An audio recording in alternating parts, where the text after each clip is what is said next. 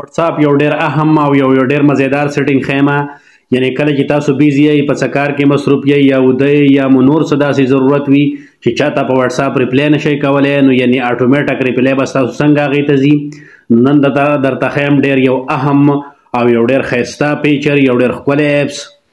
راځئ موږ سره د موبایل سکرین سایډ ته، نو خپل پلی سټور ته به لاړ شو. په پلی سټور کې به دلته سرچ کړو واتساپ آوټو ریپلی. موږ سره الریډي دا دی راغلی دی، دا به سرچ کړو. دا چې مو سرچ کوم دا د اعلان تاسو سره راغلی، دا به انسټال کوئ. دا چې کله انسټال کړی شي بس یو 10-15 سیکنډ ټایم علي. دا موږ سره انسټال کړی شو واتساپ آوټو ریپلی. دا به په پلی سټور کې سرچ کوئ ښه په اسانه. دا په پلی سټور کې وي نو واتساپ آوټو ریپلی، بیا په اوپن کلیک وکئ. په اوپن چې مو کلیک وکړو نو تاسو سره به داسې یو انټرفیس اوپن کړی شي. دلته به دا تاسو ته به لیکلي وي آوټو ریپلی آپ، نو دا به آن کوئ. دا چې مو آن کړه نو ستاسو نوټیفیکیشن چې کوم په موبایل کې نور مختلف ایپس وي هلته به لاړ شي. نو تاسو ته دلته واتساپ آوټو، نو دا به دلته به کلیک کوئ. دلته مو کلیک کړه نو دا به الاو کوئ، د دې نوټیفیکیشن به الاو کوئ. الاو بیا به واپس راشئ.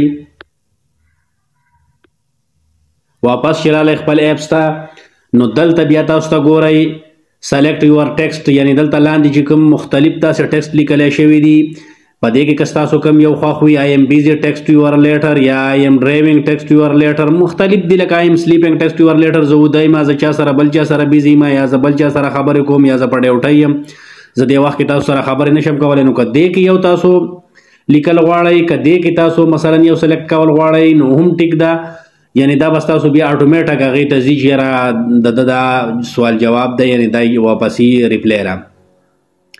او که دې کې نه کوئ نو تاسو که په خپل زبان کې په خپله ژبه کې د خپلې خوښې څه لیکل غواړئ نو په دې ځای کې به بیا هغه لیکل وکئ. هر څه شی چې لیکئ نو چې په دې ځای کې به خپل لیکل وکئ او هغه به دلته په دې ټیک مارک باندې به دلته ټیک وکئ.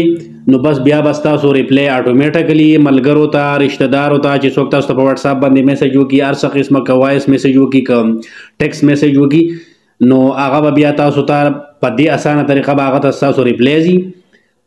یعنی که تاسو اوسګار نه یې بیزي هر څه مسله چې وي نو دا به په دې اسانه طریقه به ستاسو هغې ته ریپلی ځي. دا یو ښکلې او یو ښایسته او یو معلوماتي خبرو، یو معلوماتي ویډیو به تاسو سره مې شریکه کړه.